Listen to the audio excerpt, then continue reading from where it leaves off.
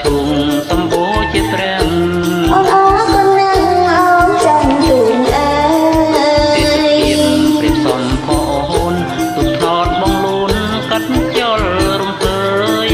ថ្ងៃស្អែកមកទៀតអូនអើយមិនតន់ទៀនឡើយចាំមើលសុំមក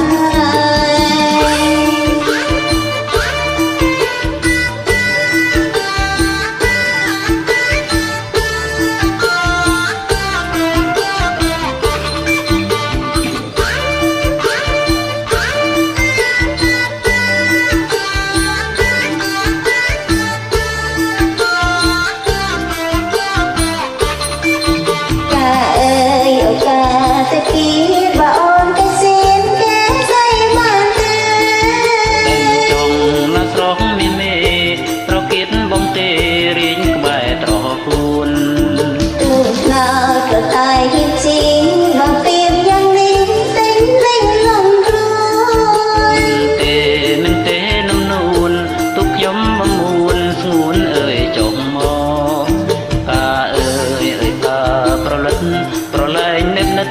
ចិត្តទឹងរលោរុំចង់បងឲ្យចាញ់មកអើបានប៉ុនលោកយកទៅថ្វាយព្រះទុំកាច់កាជុកវិញកំពុងរិះទិញគួរស្រឡាញ់ណាស់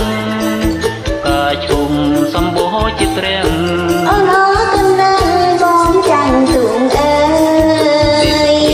ពីសំផអូនទុកថតបងលូនកាត់ខ្យល់រំភើយថ្ងៃស្អែកមកទៀតអូនអើ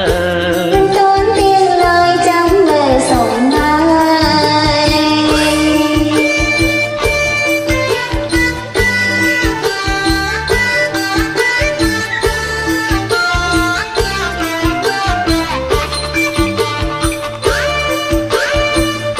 ញញឹមស្អាតណាស់